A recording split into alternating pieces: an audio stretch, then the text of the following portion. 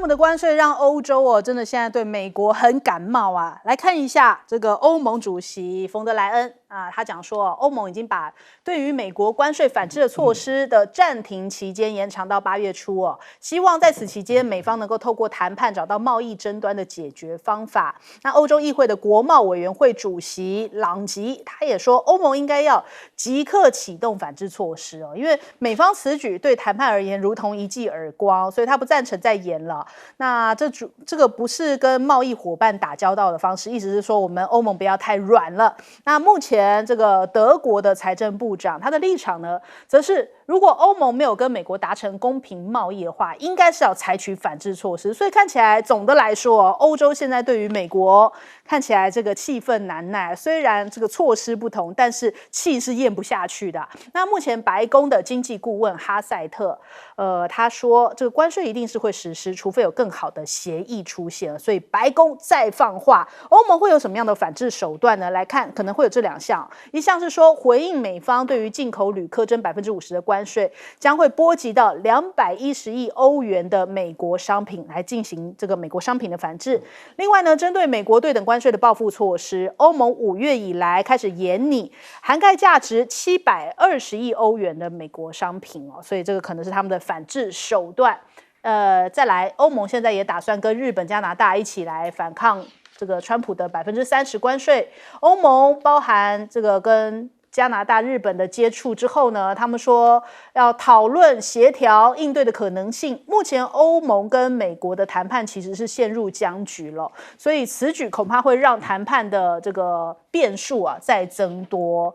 那其实现在反映到了这个小老百姓来说小老百姓在讲说，其实我们应该要更刚硬一点对待美国不能够那么屈服只要你说错了话，他们做了他们不喜欢的事情，美国就会再次变卦。所以各国应该要明白，跟美国妥协是行不通的，必须要用这个强硬的方式来反击。就如同像日本石破茂最近不是也态度非常强硬吗？我们被人看扁，难道就这样忍气吞声吗？讲话非常的这个战应他们的立场了。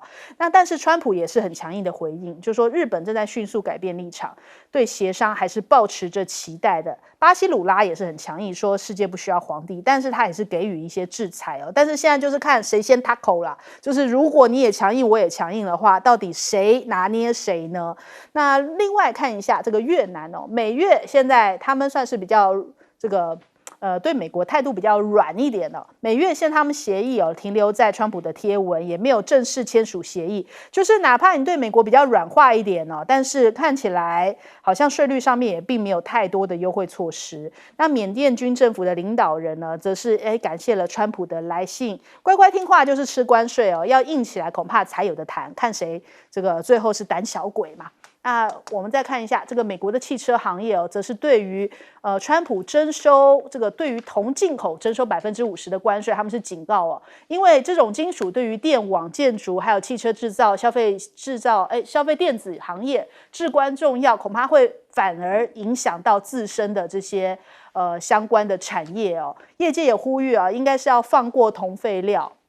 不然呢，其实美国是世界上最大的金属废料生产国之一这会反而害到自己这会不会让这个稀土危机再度重演呢？专家就已经推估了，这可能会导致美国的霸权加速的崩坏，这会是一个连锁反应，而且重塑未来10年全球的经济秩序甚至还有这个美国民众，他们实际上面已经在日常生活中感到痛感了。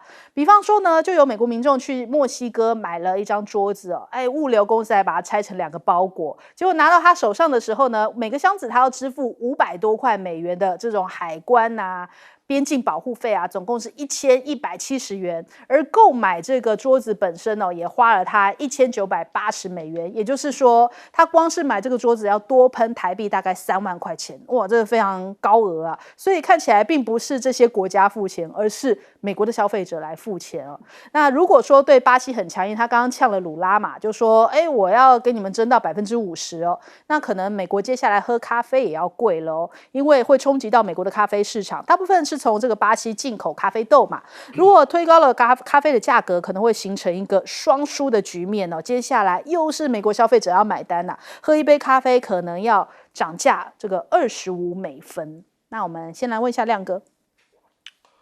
我觉得川普从7月9号之后，整个就乱了套了。那第一批大家还知道他要干嘛，就是针对洗产地的国家，他把税拉高嘛。对。第二批7月9号巴西，本来10%变50%，这什么逻辑啊？结果发现是政治原因，他已经不再根据科税的科学计算了啊，就因为我的Bolsonaro前总统，你怎么可以司法追究？你怎么可以说要用本币互换？巴西4月2号的税是10%，就给他拉到50%，这什么逻辑啊？接下来7月11号加拿大，大家本来说，剩下的国家15到20啦，那个青鸟都好高兴，我们台湾大概是15到20，加拿大一公布35。然后接下来欧盟30，然后墨西哥也是30这已经完全乱了套了。因为当初他去科加拿大，他怎么说？你让芬太尼可以走私进来结果人家去查，芬太尼从加拿大进来不到2%，35。巴西芬太尼进去大概80%，30，这什么逻辑啊？还有欧盟到底哪里得罪你啊？事实上，欧盟冯德莱恩根本就亲美了，对，其实已经跟美国谈的差不多了。我本来都认为他们要签了，那欧盟就说我们最多接受10%了，10%是欧盟可以忍受的关税量，那本来他们还要跟美国讲说15我们就受不了了，结果跟你说30然后说30也不说明呢，我觉得根本都已经乱了啦，对。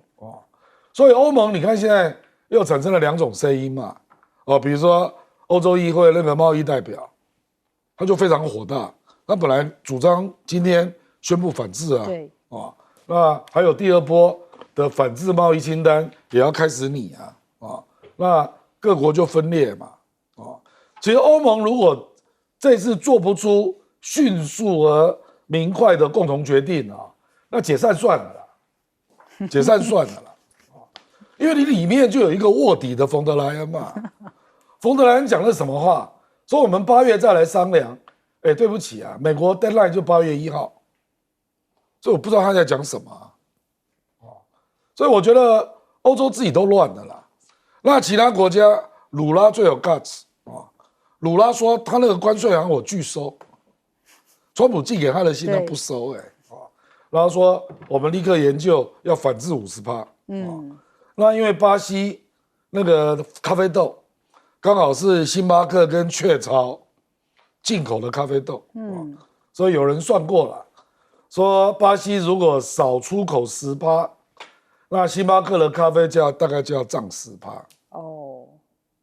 那就大家都来吧，那如果都这样下去，那美国年底的食物的价格会增加0.3%。就现在就是如此了。自食恶果了。赖老师，欧盟最主要的原因就是一直在当放羊的小孩然后只光说不练，所以被川普看破手脚。那川普这个人的特点就是吃软柿子他一点都不客气他是整个都吞下来。刚开始说刚履税的时候欧盟说我马上要反制，结果又说那我们还可以再谈判。所以美国对欧盟克，然后欧盟没有对美国克，所以要透过谈判来解决。接着川普又说汽车税的时候，他们又说不可接受，然后要反制。然后冯德莱恩说我已经准备好这个100多亿、200多亿，然后一定要反制。结果到时候时间到了也没反制，美国照克。接着那就是4月2号的对等关税了。对等关税以后，欧洲说我已经准备好200-300亿，甚至到400多亿来去对付你的时候，美国就照克了10%，说这个基础关税先克。欧洲有没有做事？没有，说我们还在谈判。好，所以等于是自己本身一直在当放养的孩子，然后拿出的筹码也不够多，为什么？因为美欧的贸易额是15000亿美元，然后他拿出来就是几百亿美元，这个对川普来说的话，这算钱吗？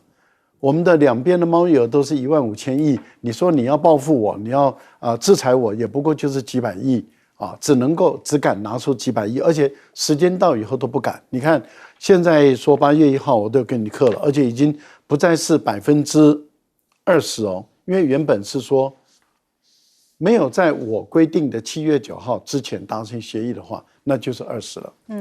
结果呢，现在不只是20了，现在是30。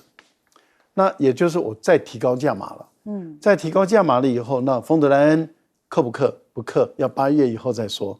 那这代表什么？对川普来讲，你是不是一个东西嘛？也就是说我根本就是吃定你嘛。那现在对美国就看你嘛，看你欧洲，然后欧洲人每个人都在装，这个德国的总理也装不可接受，然后财长也说我们应该强烈的反制，然后大家就问说，好啊，什么时候啊？他又说汽车工业要例外因为对美国人来讲影响汽车。爱尔兰就说制药工业例外好，那法国总统也很强硬说强烈反对，然后大家就说，然后呢我们经过谈判来解决。那8月1号马上要课了，那你欧洲没有一个国家敢反制，请问一下，只一张嘴能有什么用？石破茂态度也很硬可是每个人都问说，那你日本拿出什么本事来？也没有一样。坦白说，目前来讲，唯一敢拿出本事的，那就是鲁拉了。你给我课50，我就给你课50。如果你8月1号课，我就给你8月1号课。我甚至7月我就开始给你课了。所以这代表什么？代表在这个谈判的过程中，鲁拉已经告诉你，我就是50。而且我7月26号、24号我就来了。那这个当然来看嘛，一翻两瞪眼嘛。但是欧盟跟日本光说不练，也到现在也不敢对美国对等的课，那这种国家有什么用呢？好，县长。其实从川普做这个4月2号解放日以来每一天都有变化，每一天翻开报纸、打开媒体这东西看，又有些新的事情发生了，所以它其实是一个蛮混乱的。那在这么多混乱的里面呢，我大概想了一想有以下大概这4个趋势始终没有变，大家去看就是越来越严重。第一个趋势就是川普所说的日期一延再延，从4月2号大家以为开始要他说延到7月9，7月9已经到了，又到8月1，8月1号到了，你以为他就会通通实施了吗？谁知道？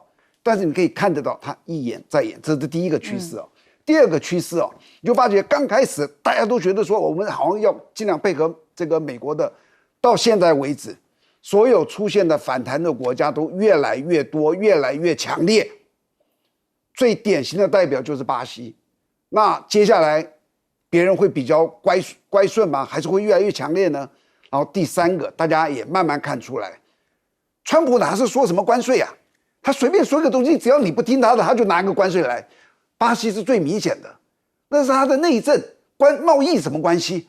所以大家都觉得原来川普的就是只要你听话，那我可能对你少征，也不是不征少征一点而已。那我为什么一定要听话？那听话还没完没了，你叫我这个那个，那不是关税而已，就是一定要叫你听话。这是第三个。第四个你就发觉这个因为川普的各种的这种恣意妄为，现在所有国家的民意，从开始说我们希望不要去打这个关税的，现在民意越来越支持该国的政府。像好比说，如果今天最后台湾谈出来的是一个各种的乖顺，然后也没有很好的一个结果的时候，你可以知道政府很难做人的。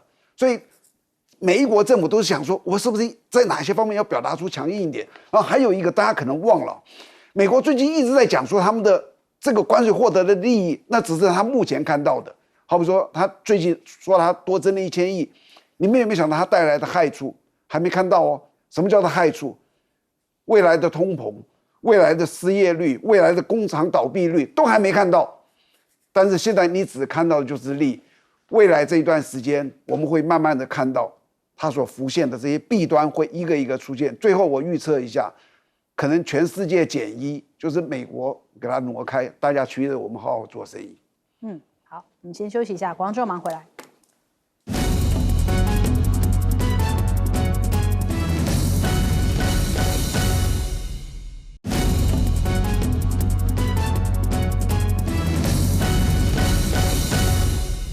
好，我们现在看到各国轮流访华哦。澳洲总理艾班尼斯到了这个中国大陆上海市，跟这个市委书记陈吉宁会面呐。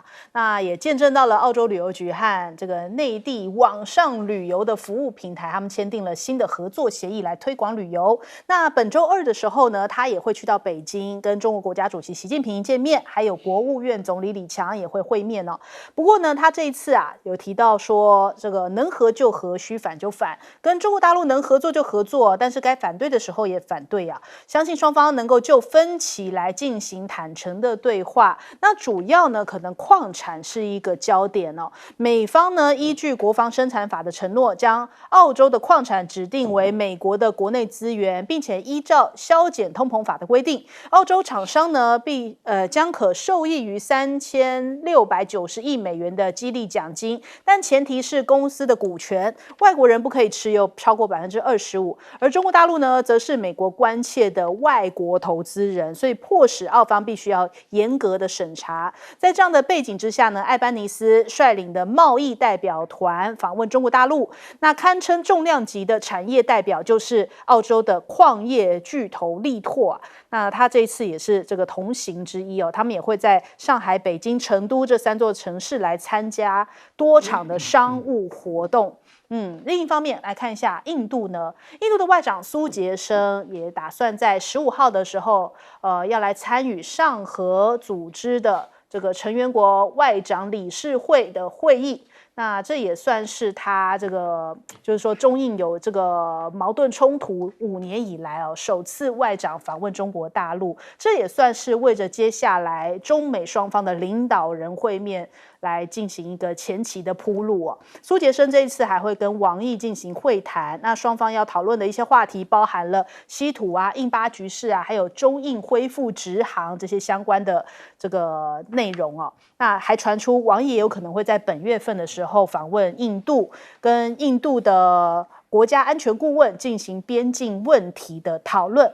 那这个报道是引述知情人士讲的，就是说这个互动应该是如果双方谈得不错的话，接下来在今年秋季的时候，有可能莫迪就会去参加天津这边的上合领导人峰会。印度的制造商讲说，现在跟中国大陆最要紧的就是要赶快拿到稀土只有跟中国大陆和解才能够取得到稀土如果真的等印度自己提炼稀土恐怕是来不及的所以印度厂商也是非常的着急。那俄罗斯方面呢，王毅也跟拉夫罗夫有会面，在共同筹备下一个阶段的这个领导人的会面。王毅除了欢迎拉夫罗夫来到中国大陆参与上合会组织的外长会，也表示呢要积极密切的这些接触，有利于落实两国元首之前所达成的共识再来看看这个上周马来西亚中美的这个峰会因为卢比奥跟王毅见面了嘛。不过从照片上面看来，大家说肢体语言有透露出一些讯息来看一下这个卢比奥在拍照的时候他好像这个状态上面是比较拘谨一点手不断转着这个钢笔，像是在掩饰紧张。那你看王毅他还这样子手往后面的椅子上面靠了一下，这个稍微往后靠了一下，看起来很从容举手投足之间透露出自信也一如既往的沉稳的那种态势所以看起来好像可以看出谁比较掌控这个局面。再者来对比一下卢比欧他上午的时候跟拉夫罗夫见面的时候，他只带了2个助手，可是呢他下午跟王毅会面的时候，旁边一字排开是带了5位助手所以重视的程度一目了然。那这一次的这个东协外长会议，卢比欧其实被外媒讲说是不是在疯狂刷脸，跟中国大陆的这个积极正在进行跟各国代表的会面很明显有差别所以看起来东协国家更愿意跟中方打交道。那这个卢比奥好像在那一边反倒没有站稳自己的脚步，有一点显得比较局促一些。那我们来先请教一下亮哥，这个澳大利亚要履行美国那个国防生产法，中国不得持有25%的矿权啊，这一点是非常困难做到的啦。我举例啊，澳大利亚目前的公司啦 ，MMG 这家公司，中国五矿集团持股68%，包括铜、铅、锌还有金矿澳大利亚另外一家很大的煤矿公司叫烟扣，中国烟煤持股62.5%还有那个中国有一家叫做天齐锂业做锂矿那持有西澳就是西澳大利亚 Green Bushes 锂矿51%，我这只是随便举例啦那澳大利亚最大的那一家铁矿公司 Rio Tinto 那这个 Rio Tinto 中国钢宝集团持有46%，我这只是随便举例，我跟你讲一大堆啦。这个当然是中国大陆长期经营澳大利亚的成果嘛，遍布，尤其是西边的澳大利亚，所以你这怎么弄啊？我坦白讲，我认为阿本里斯是一个明白人啊，所以面对这么大的，你用国防安全法来引诱我，然后说可以受益多少钱，中国大陆一样给他钱啊。那我为什么要受到你的限制？对不对？所以我认为这一点他真的做不到了。那没有错了，他 Albanese 毕竟澳洲人是 Anglo-Saxon 所以他能够，我觉得他的好处就是明白人，他不会给你讲一些有的没的能做就做，不能做就告诉你，就是这样我觉得中国大陆大概也欢迎这样的人那加拿大就有一点滴滴嘟嘟嘛。所以就难以进行。其实加拿大你72%的货都到美国啊，你现在跟美国杠成这样，你一定要找新的买家嘛。可是加拿大跟中国，我认为就是没有培养出澳大利亚这样的默契了。所以要进行就有相当的困难。这个澳大利亚不是加拿大要自己去学了那至于王毅跟卢比奥我觉得是卢比奥，因为前一次电话通话，王毅跟他讲你要好自为之那个心理压力还在然后他这一次是绝对要在川普面前保证使命必达的啦，就是要弄好关系，而且一出来就立刻讲，非常的有建设性就是说川习会的几率非常的高，这个就是他的目的嘛。所以他就怕王毅又给他吃排头，然后让那么多美国的幕僚都听到。那我觉得王毅也顾全大局啦，所以对他也蛮客气的。而且王毅出来讲的话，虽然中国大陆对卢比奥评价不高啦，因为事后中国外交部的新闻稿只有256个字，已经是制裁的名单。可是，但是对他的人可是毕竟他代表国务卿，又代表国家安全顾问，所以中国大陆还是尊重那个职位啦。所以还是有一个还算不错的一个结果啦，大概是这样。好，赖老师，我们的判断卢比奥这次接到的命令就是谈好，不要把关系搞坏，你把你的意识形态收敛一点所以很明显的这一次。王毅跟卢比奥谈完了以后，美国没有再说坦率了。坦率其实基本上来讲就叫做针锋相对了，彼此之间都讲对方不爱听的话，这个才叫坦率嘛。但这次这个坦率就没有了，所以等于是分歧的部分连提都不提了。本来卢比奥要来开会之前还说，我一定会跟你谈，会跟中国大陆谈俄国跟乌克兰的问题，中国跟俄国的关系中国必须要跟俄国切断关系，这样的话，美国才能够跟中国交朋友这样的一个态度。但是你看，在整个会谈中的时候，连这个一个字都不提就完全没有提。这代表什么？不敢提。也可能当他要出口的时候，王毅就说这个问题搁在这个我们自己有看法，不要讲了。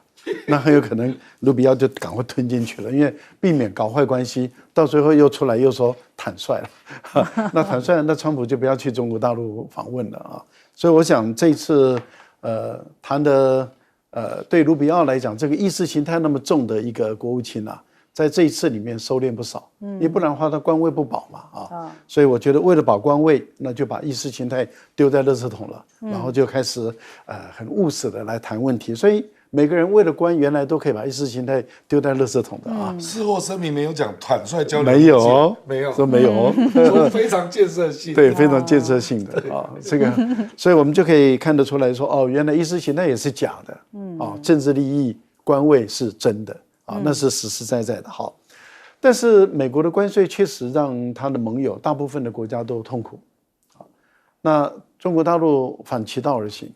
你看，今天又宣布了对非洲53个国家的关税0，然后前天宣布对于孟加拉的关税0，所以中国大陆目前的成绩已经出来了上半年经济成长5.4%，刚开始 IMF 啦或是世界银行都估计说中国大陆的成长大概就4.5%，结果上半年成长5.4%，进出口双成长，进口也成长。那么出口也成长，然后呢，在“一带一路”里面的相关的国家成长的速度特别快，跟日本、韩国、跟欧洲，那么也都成长。那换言之，也就是说，这个自由贸易化的这样的一个政策产生效果了。也换言之，也就是大陆的想办法跟日本、韩国把关税下降，然后跟东盟的国家从这个10+1的2.0版提升到3.0版，然后对于非洲、对拉丁美洲，全部在关税方面都往下降。那这样的情况，贸易额一直在增大了。对大陆的出口贸易额增大，对大陆的进口也贸易额增大，唯独下降的是哪一个国家？你们猜？跟美国的贸易，大陆跟美国的贸易跌了快20%。其实这个代表什么？代表大陆的政策在开始边缘化美国了。好，舰长。其实现在所有国家的治国的一个最重要的一个根本就是经济，就你不要跟我讲太多形而上的话。如果让我的生活能够越来越富裕，让我生活的赚的钱越来越多，我就会觉得你这个政府不错。反之，你跟我讲了很多的很好听、很美好的话，让我们在做梦，可是我的收入就是越来越少，你很难激起人民对你的支持。那以这个观点来看，现在全世界有2大经济体，一个美国，一个中国，这是2个最大的市场。那现在美国在跟全世界斗，哪一个国家认为他可以跟美国处得很好的？所以在美国在斗争之中，还有第2大的市场，可能是未来最大的一个市场，就是中国。你要跟他脱中吗？那你未来你把希望摆在哪里？所以现在如果搞不定美国，也不确定美国会怎么样的时候，所有国家会把希望寄托在中国大陆。而且中国大陆像刚刚赖老师也讲，非洲53个国家零关税。他前一阵子6月初的时候还有一个呢，在说联合国有一个叫做什么的一个国家，最不发达国家43个国家也是零关税，还有东协+5是15个国家，它在未来2030年也是零关税。所以你就发现这2个最大的市场，中国大陆正好跟美国是反其道而行，都是零关税、零关税、零关税。那你寄望谁？你寄望跟美国吗？那特别我要说的是澳洲澳洲这个是一个很特殊的国家，澳洲的人口2600万，跟台湾差不多，可是它土地面积是台湾的212倍，你就知道它空旷到什么地步。它最需要的全世界的移民跟投资这2项对他而言都非常的重要。然后它又跟中国大陆比较近，你看到没有？一南一北，正好气候也相反。好比说中国大陆的人民想要说热好热，我要凉快一点的地方，往澳洲跑；很冷的时候往热的地方也是澳洲。然后所有的好比说原料啦、农产品啦都是互补，然后距离又近，它这样过来大概是4000公里。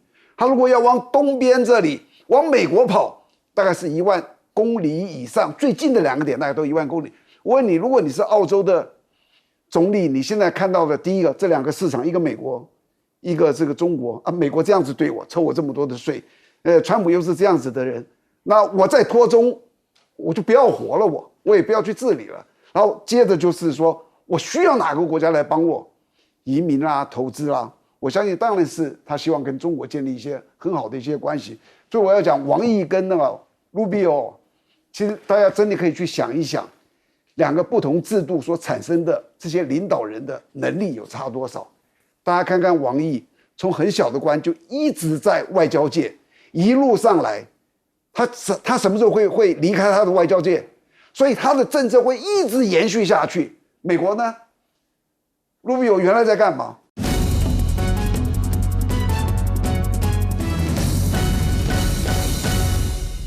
欢迎收看《新闻大白话》，我是主持人翟轩，马上来欢迎一下这个阶段加入我们讨论来宾，国际事务专家赖岳谦。主持人好，观众朋友大家好。前张千健舰长黄珍辉。主持人各位观众大家好。还有耶鲁政治学博士郭正亮稍后加入，马上来关注一下汉光演习哦。现在这个每天的，我们看到好像都有出现一些小插曲啊，比方说呢，在12号的时候哦，八军团一辆军车在旗山区哦，不明原因自撞上了民宅的围墙，还有这个路墩，导致了这个3名的官兵受伤啊。那屋主直接直到13号返家的时候才发现，怎么自己家被撞成这个样子？因为是12号发生的，也没有人通知他，军方跟警方都没有联系他哦。那目前事故初判的原因可能是疲劳驾驶。那军中强调没有任务超时的问题。那可是呢，这个军车的轮胎也喷飞了，血染车门哦，所以代表说这个撞的的确是造成了一些受伤的情形。但这也不是单一状况啊，我们其实最近从10号到12号，每一天我们都有看到类似的情形发生了。我们先倒着看，12号的时候是在高雄哦，军车撞上了石墩，然后在11号的时候，新店呢自走炮撞上了这个民宅民车，就撞了4台车。那10号的时候呢，台中有骑士遭到军车碾压，卷到了车底。就是让 PTT 网友就开始讨论起来，就说我们的汉光演习是不是很掉漆呀，很邋遢？那这个台湾真的还需要中共打过来吗？还是说这是汉光演习很逼真，要演习让老共看一下，问题真的是一堆？也有人讲说美军可能看到都会傻眼，所以我们一个汉光演习，这个让中美都看傻了眼，是这个样子吗？就甚至呢，还有这样的新闻标题，来看一下中央社讲说赖清德可以以肉身扛下这个 M1A2T。这是什么意思啊？他就说 M1A2T 实弹射击全数命中赖清德。为什么会全数命中赖清德呢？然后后面还点说不愧是地表最强的战车，原来地表最强的战车是要命中赖清德啊。后来发现原来是中间忘记空格了，就是全数命中应该要先空格，然后赖清德的发言说不愧是地表最强战车。但是这个更让大家傻眼是说绿营侧翼疯传，就是说我们赖清德赢麻了，就是他可以挡下所有的这个炮弹，结果被这个绿营侧翼一阵大胜利之后，官媒发现不妙，赶快下架了这个标题哦，赶快更改标题，就是一个乌龙事件的发生啊。再来看到了，现在目前汉光41号演习第6天，那澎湖部队的实弹操演说要整合区域联合的火力，第一作战区在澎湖地区实施耀域火箭这个实弹射击，模拟敌军对于澎湖进行快速突击上路啊。防区各部队呢，根据响定与辅助状况，即刻展开应变，对敌方发动行动。那这个其实说，因为操演的一些弹药啊，主要是集齐品。标枪飞弹一枚高达10万美元。那但是呢，这个澎防部的指挥官他就中途临时加码，虽然说第2发就已经命中了，他们就讲说，那我们就把这些部队这个弹药全部打完为止。所以目前估计起来，这个支出超过一整年花火节的经费了。除此之外，在台北也有看到一些状况啊。最近大家就今天有人搭捷运就想说，这是什么情形？怎么看到那么多这个宪兵出没在这个台北捷运有这样的画面？就在搭车的时候发现到原来是汉光演习到了地下移防。那他们就模拟在台北捷运沿着蓝线，就是南港机场到汕岛4站之间呢，他们就进行这个弹药物资啊，迅速支援前线，沿着这一条线的这个地下街什么的，就这个部队哦，就前进到龙山4站来汇合。所以也有一些这个地下移防的动作，还有呢，这个陆军54工兵群哦，在台南市北区北安桥演练夜间桥梁阻绝作业，以钢刺猬结合蛇腹型铁丝网，还有废弃的车辆等器材，要封控重要的节点，严制敌军的前进啊。这是我们现在目前演习都已经在你我周遭已经密切在发生的状况。那是不是就代表着真的已经很兵凶战危了？我们这一次的这个规模也是有史以来最大的。还在同一个时间点，美国问了2个国家说，如果台湾有事，你们要不要出兵呢？一个问的是日本，一个问的是澳洲哦。那艾班尼斯好像这个回答，觉得说你美国问的也太双标了吧？我们来听一下。We support the status quo when it comes to Taiwan. We don't support any unilateral action there. We have a clear position, and we have been consistent about that. What's important when it comes to international relationships? 对，他意思就是说，你美国自己都在采取战略模糊，你自己在模糊，然后叫我们要很清晰，这是哪个意思啊？几个意思啊？就说，所以记者问他的时候，就说你的问题，你的提问，其实已经讲出了这个答案啦。就是美国自己都采取这个战略模糊，为什么澳洲需要清晰啊？那五角大厦其实还在施压，就日澳他们都觉得很错愕，就是说你美国自己都不保证台湾安全了，你叫我们去前线吗？那不过美国最近倒是有一个动作，它是 B-52H 轰炸机已经在部署关岛了。那他们说这个是部队要重返太平洋的演习，那估计出动了300架的飞机。那现在绿媒就在讲说，哇，这个是为了台海而来，可能是要应对台海跟南海的局势哦。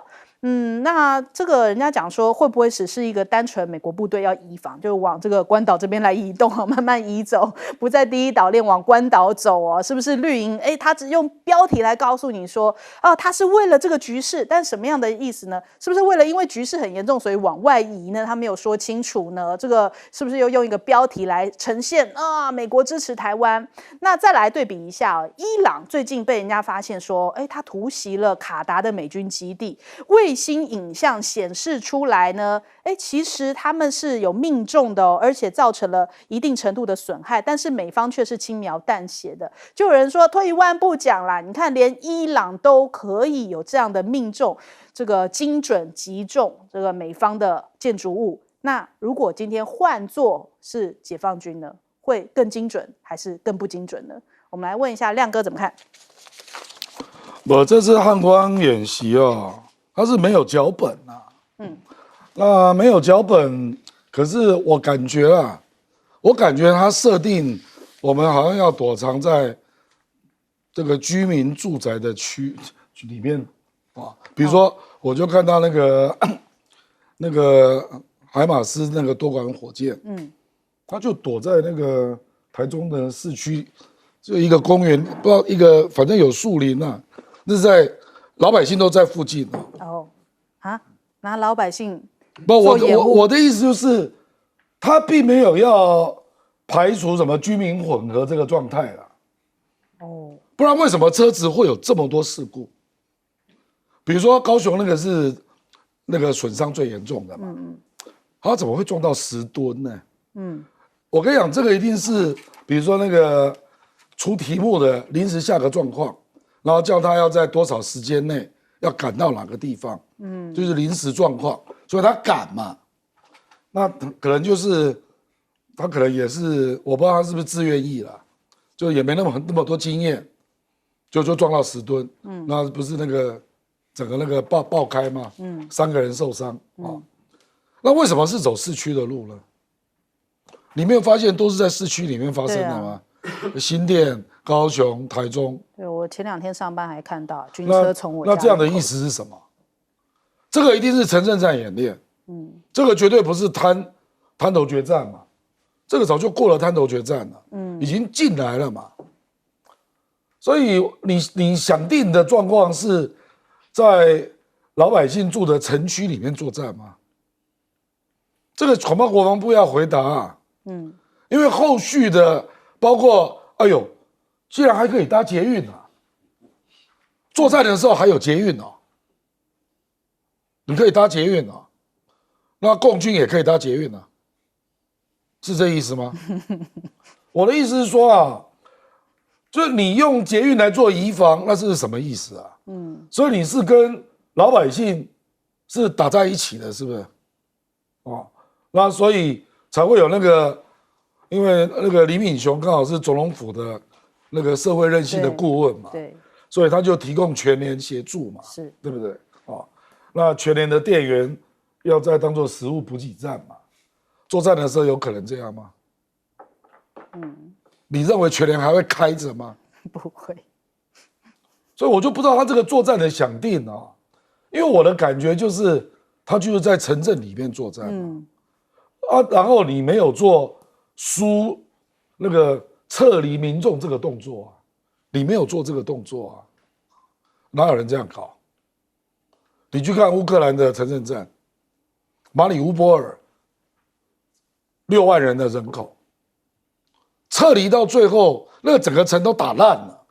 死了12000人，表示大部分人都走了嘛。你这个都没有撤离民众，就直接开打。那你开打，人家不会介入来打你这里，那到时候就是老百姓都变成你的人肉盾牌嘛。怎么可以这样打呢？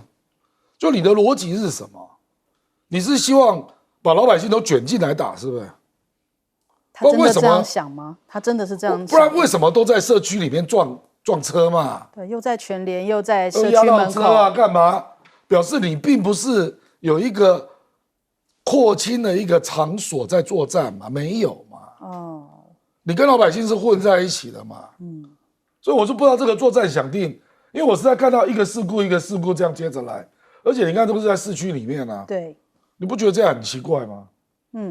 好，赖老师。这个还只是一个演习了哈。那他们一直在强调说没有脚本还是要有脚本的。没有脚本怎么演练？也就是说你至少要有一个脚本，说大陆可能会用哪几种方式来攻打，然后他这一次是打算用什么方式来攻打，这就是脚本了嘛。那你就要根据于大陆的可能的采取的行动，你来做应变嘛。那这个还是有脚本嘛。所以我觉得说没有脚本那是谎话了。那不切实际，因为还是有脚本。另外，既然说这个是大陆攻打台湾，那台湾是防御作战的话，我们看到前段时间大陆央视他们公布他们发展出来的一个石墨弹，就是说把那个石墨从空中丢下去以后，它会闪出来，闪出来以后，它会到地上以后会弹上来，弹上来了以后，它会炸开，把那个石墨粉整个都弥漫出来。那由于石墨粉是一个非常好的超导，所以它就会把你的整个这个变电所、发电站的这个电网全部都摧毁掉，因为它让你自己本身就是整个走电了，所以你的整个电都断掉。那你整个台北市、新北市你全部都断了以后，你的这个通电系统就全部都毁掉了。所以你的全联、你的冰箱、冷藏都会断掉。那你的食物都会坏掉，这要演练嘛。然后你的地铁，我们的捷运，所有的都会断掉，你的网络都会断掉，甚至你的很多的这些雷达或者什么，很有可能都会断掉，你都要演练嘛。那另外，你当然要先演练的一个最重要的就是说，怎么样把台北的200多万人，新北市的几百万人、300-400万人，你都要把它梳理走。你要演练，最少要演练嘛。要去哪里？你要不就演练一个区嘛？就是说，你讲对了，就是说你到底要把台北的200多万人，新北的这个300-400万人，新北400-500万嘛，哈，你整个这个将近700万人，你要把它输送到哪里？那怎么输送？你要先演练这个部分嘛。所以你汉光演习在演练的时候，你应该先选定几个区，说我们开始做这个整个区的演练来做示范，到时候我们就乘以几倍啊。然后就看看我们的交通道路会不会大堵车，然后你要台北人，例如说选定你大安区好了，那你就开始开车啊，或者是你要用走路，或者是坐车，我们现在开始把你疏导走了嘛。